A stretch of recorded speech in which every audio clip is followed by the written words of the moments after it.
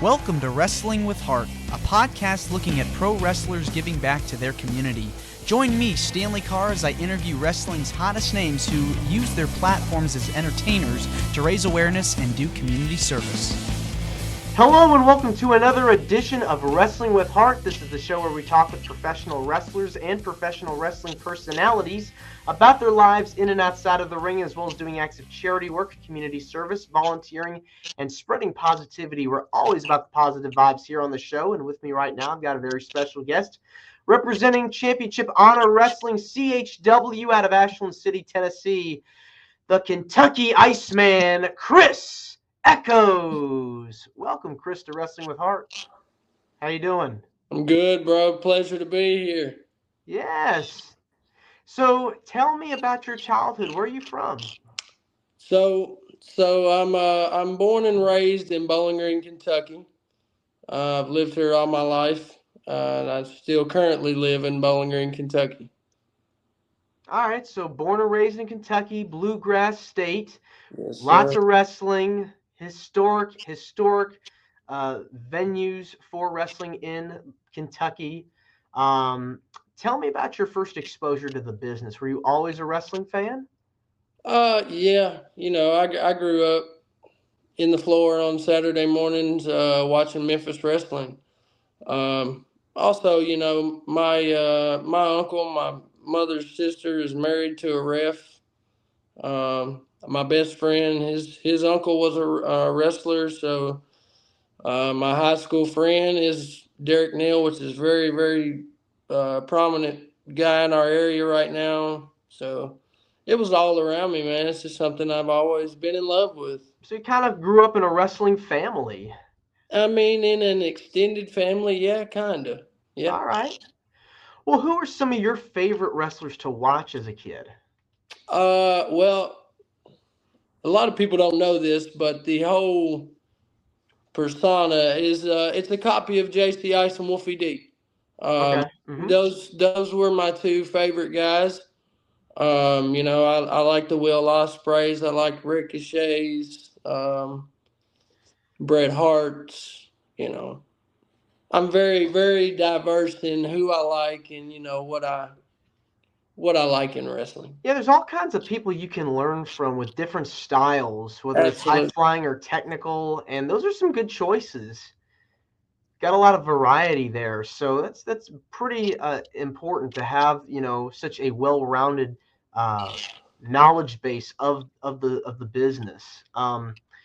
Well, was there a particular moment where you were like, I have to do this, or did you just know from a young age I wanted to get into wrestling?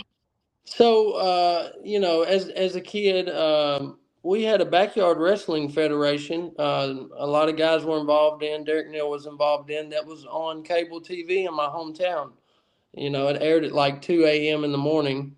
Backyard Wrestling Federation. Yeah, it was really on cable TV. And some of the local promoters had seen it, and they were interested, and we had never been trained before. So I was like, hey, this is kind of it. And I had my first match at 15. Started training when I was 14. I got a call one day. Another friend was like, "Hey, man, I got a spot for you. Want to try it?" Long story short, those guys got booted out. I got kept, and I've been grinding, doing this kind of off and on ever since. See, it's always cool when you have something that you're involved with, and then you get the bug, and people discover you, and it's off to the races. Now, with backyard wrestling, I'd imagine, taking those bumps and bruises, it's a lot of stuff can go wrong. And then you make your way into the independent scene. It's almost like a night and day difference. Oh, absolutely, man. Yeah, we went from basically wrestling on the ground with a gymnastic mat to a ring. It's a real difference. Yeah. Nonetheless, though, it was a good opportunity. I learned. I really was trained on the ground, so my bumps and all that was learned on the ground in the beginning. So Well, let's talk about the training, because a lot of people, when they start out, you really have to get conditioned. It's not ballet. It's not any kind of, it's a different kind of physicality that you're used to. A lot of football players and basketball players and collegiate athletes, they get their training. How was your experience learning how to wrestle at first? so like I said, I started training at 14, which I played high school sports. I was in fairly decent shape. My son actually right now is currently training. I train him before most of the shows I do. And I'll have him ready maybe in the next 6 months or so. But um, training for me, man, it was like I said, it was really just tying the knots. My friend Derek Neal was trained by the headliner Chris Michaels, probably one of the best guys in the area, and he was coming back and teaching us guys what he was already learning. So really, the my training, I was trained in Gallatin, Tennessee, by a guy named Tin Man Tim Scruggs. But I also got to put in there, JT Quest, Lee Condry, cousin Condry's dad's one of my original trainers. A lot of those guys, man, they really tied the knot for me and why I was doing what I was doing, and not just going out there and doing a bunch of movements for nothing. So Were there any pieces of advice that you got from your trainers that you still apply to today? and man, I listened to your podcast with Chris Green today, and I heard you ask him this question. I couldn't wait. Now I'm gonna say it because I say it to the guys now. Slow down, kid. Slow down. You're going too fast, and you never understand what that means until you finally do. When you get that and it settles in, what they're trying to teach you, slow down. Not everything is a race. Uh, that's the main thing. You hear a lot of the veterans say, "Slow down, kid," and I heard that all my life, and I'm still hearing it. So Mm, but yeah. not only that, but like you said, this is not ballet. Wrestling is hard. To put it lightly, this shit hurts. And the thing is like you talk about slowing down. You don't want to rush it because injuries can happen, and Oh you yeah, have to make sure that you're working with your opponent or your partner to make sure you're doing the moves and executing them correctly, so there's no damage. yeah. And there's more to it than that. Uh, guys want to get out there and throw in 100 moves when you can do two, and it just looks better. It makes more sense. It's a psychology thing. Yeah, and I think that's important to have that because you want to know why you're doing a move. Does it work for this particular match? Absolutely. Especially if you're whether it's like a cruiserweight style match or a ladder match or some kind of match where there's some sort of stipulation, um, Hell in a Cell, for example, or some kind of cage match. You want to be able to use moves that you think or your opponent thinks that would fit in that particular setting. Yeah, absolutely. Yeah. Well, you get your training, you get started in the business. I'd imagine those first few matches were nerve-wracking. Well, the first one was really nerve wracking. It's a funny story, but some guys will get a kick out of this if they hear it. I was invited to a show, and it was the NWA main event. I was 15 years old. I rode with some guys, and they had requested a tag team title match against another guy who's really good in this area, Mean Mike Woods. Needless to say, these guys were not trained. Um, they did not do a good job. Like I said, they got the boot. I got to stay. So, my first few matches, I got really good feedback. Um, but yeah, the nerve wracking, yeah, it was very scary. I think my second match was against Cousin Condry's dad, which if you don't know is probably the hardest chopper in Tennessee. Mm-hmm. And I have pictures. I can show you this. He Sure. left he left me. My chest was bleeding, my side was bleeding, my back was bleeding. But at the end of the day, I gained a lot of respect from that. Being tough and taking it. You take your whoopings, you go to the back, you shake their hands, you move on. It's just part of the game. Yeah, and so the more you started working, the more bookings you got. I'd imagine you started earning more respect from the peers in the locker room. Yeah, yeah. So, like I said, so to cut back a second, this is actually my second time. So currently, I've been back in wrestling for about 8 or 9 months, and I quit for 9 years. Hmm. So, What happened? What was the cause behind that? well, a couple things. I was young, dumb, made a lot of silly choices. I lost my license, and I wasn't able to drive for 5 years, so that prevented me from traveling. Um, I had children. And to be honest with you, I fell out of love with wrestling. There for a while, I felt like I wasn't gaining any ground. I was stagnant. I didn't feel like I was getting anything out of it. And so, what inspired me to do this again? You can't really see, but my hand here is kind of messed up. So I got degloved at work and ripped my skin off.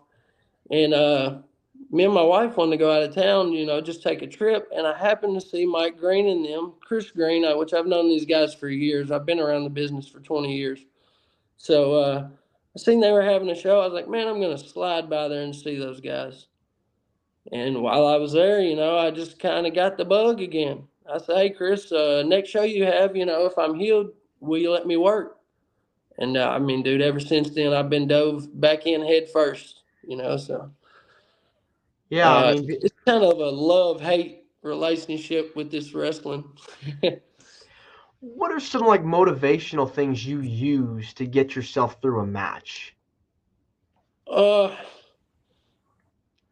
Man, that's really a good question here because my last show, which was in Lebanon, Tennessee, I went in thinking I was ready, but my conditioning was so bad. Like 3 minutes in, I was ready to die. I couldn't breathe. I just kept telling myself, this ain't it. You got more than this. You can't quit. And, not only that, but, I'm a father. So, I can't allow my kids to see me quit. And, I'm trying to push the same, principles off onto my son. Don't be a quitter. He wants to wrestle too. And, wrestlers aren't quitters. No, there certainly are not quitters. If it's in the blood, it stays in the blood. It's In the always good to blood. persevere and keep going. Even when times get tough, you just got to keep on trucking. Yeah. Now, you've been involved with CHW for the last few years. You've had a long-standing rivalry with the Tennessee Badass. Let's talk about that. I've gotten to witness some of these shows the last few months. How did you guys tell me about your feud? How you guys started feuding with each other, and what was it like working together? Well, so it really starts. It date back about 2 years ago, and this wasn't even at CHW. This was in a battle royal for another promoter in Gallatin, Tennessee. Wouldn't And I have video proof of this. David denies it, but this is true. He took a cheap shot with a chair to the back of my head, and that set me back another year, at least another 8 months. I was out for 8 months or so, and then it just happened. I don't know, man. Maybe fate. He happened to be at CHW. I happened to be at CHW. It just happened to be a good time. And karma is as far as working with David, I have nothing bad to say against David. He's a respectful guy. Um, without peeling too many curtains back, I have nothing bad to say about working with David. at all. I think he's a tremendous guy. We all fall on, bad times, and I think David's hit a bad time in his life. But at the same time, I'm still I still wish the best for David. Hopefully, one day he'll come back, and I can whoop up on him again. Yeah, I mean, you guys had a really good match a couple of months ago at the last CHW event. The loser leaves town, and Kentucky Iceman defeated the Tennessee Badass. But what's next in the cards? What are your goals working with CHW in your future in the business? Well, so with CHW 2025, man, I got to get some gold here. I got to get something around this waist, and I think that's coming. But the end goal, for 2025 is to, I guess, be in a better position than I am now. I feel like in the last 7 months I've gained a pretty good ground, pretty good following. I'd like to double that, maybe triple that by the end of 2025. CHW is always going to be my home. Even if the big guys were to call me tomorrow, I would still tell them, hey, once a month I'm going to work CHW, because Mike Green, Chris Green, they gave me an opportunity when nobody else would. And I mean that with all my heart. I had been in every promoter's inbox. Nobody would give me a chance. Mike Green and Chris Green did, and I will for always be grateful for that. But there are some other shows in the area that I'm really interested in, man. There's this the Lucha show. I've worked that before. It's an amazing experience. The crowd is just something it's not like an American crowd. But those are a few of my goals, and by the end of 2025, I'd like to see my son in the ring. All these guys, Poncho, Mikey Dunn, all these guys, they're second generation talents, and I look young, but I'm as old as their dads. It's my turn. It's my son's turn to shine too. Now I'm guessing you had passed on the love of wrestling to your son. Who are some of his favorite wrestlers? Well, to be honest with you, I can't tell you because he changes so much. I know he's a fan of Grayson Waller, Austin Theory, Gunther. He's a Young Bucks fan. I know I'm not really good on that, but I don't know, man. He's very diverse in what he watches too. Is there like any tricks and tips that you're giving him, that you've passed along some of that wisdom? Anything you're telling him that you want to share? I mean, the main thing is, and I wish I wish somebody had told me this, and I'm not ashamed to say it.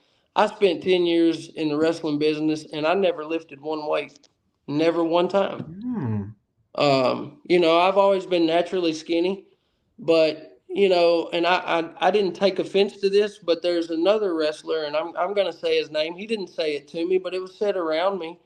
And any criticism that you can take to better yourself, whether it's to you or not, you should do. And that's Damian Wayne. If he ever sees this, thank you for saying this. To be a wrestler, you got to look like a wrestler, right? And that, I know there's guys that's not looking like wrestlers in wrestling, but 95% of guys, you have to look like a wrestler. And what I mean by that is get in the gym, work on your body. You have to look good in that ring, because at the end of the day, you're selling yourself, right? If you go to Walmart, you're not going to pick the product with the trashy package, the not to say trashy, but the one that doesn't look so good. You're gonna pick the one that's in the pretty package, nice bow. Hey, I want that one. Same with the promoters, So like I said, I'm in shape. I'm working out daily, And that's what I'm pushing on my son. If you really want this, this is what you got to do for it. Yeah, it's all about sacrifice and hard work and dedication. So Absolutely. hopefully we see him in the ring in the future. I'd love to switch gears now and talk about some of the stuff you've done outside of the ring. I know you've been involved with a lot of organizations that do charity work and have volunteered for different places. What kinds of things have you done over the years to help out in your community? Well, so um, on the flip side, when I'm not wrestling, I love motorcycles. Um, I'm a huge motorcycle enthusiast. I ride a Harley Davidson, but I'm not opposed to anybody who doesn't do that. But uh, every year in my hometown, we do this thing. It's called the Teddy Bear Run. It supports kids. Um, we do the back to school backpacks every year, or not this year, previously. Stuff the bus. And actually, I want to mention this. A good buddy of mine here locally in Bowling Green, his father died, and Oh, we're putting a ride together for him. But this ride benefits, it's for a scholarship in his name for, young men going into skilled trades. So this is a scholarship fund, we're putting together, which I think is amazing, man. His dad was an amazing man to consider, young adults, young men adults who don't have a vision of what they're going to do after high school, kind of such as I did myself. That's just things like that, man. Bikers get a bad name, but we really enjoy helping people. We pay to ride our motorcycles to get out and help these people. was there like a particular event that you helped out with in the past that really was heartwarming and touched your heart? I mean, there's a couple. Most of those revolve around people dying, uh, and not having money to bury people. It's always a hard time, but when you can hand somebody six, seven, $8,000, and completely take that worry out of their mind, man. That's probably the best one for me. I'm not going to say the guy's name, but uh, I rode with a very large motorcycle club. I'm a member in good standing. I love my brothers, but uh, they do some amazing things.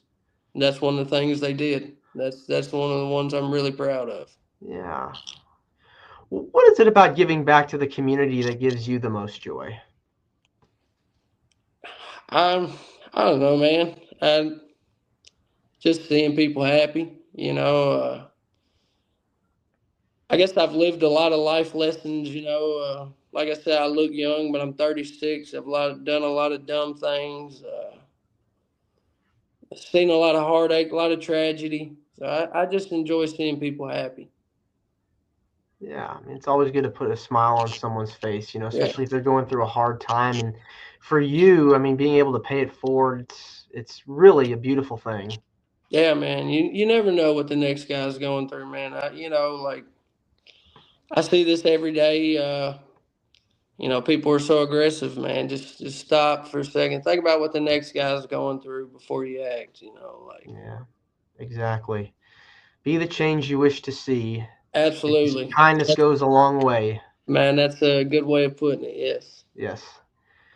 Well, Chris, this has been wonderful getting the chance to speak with you. It means a lot to me and to my listeners and viewers that are watching this on YouTube. Where can people find more about you on social media and how they can get in touch with you? And feel free to promote all the good things you're doing. Yeah. I'm on Facebook, Chris Eckos. Add me, message me. I respond back. Nothing crazy now. Uh, I'm also on TikTok. Same thing. Kentucky Iceman, Chris Eckos. I post weekly. Um, that's mainly what I got going on.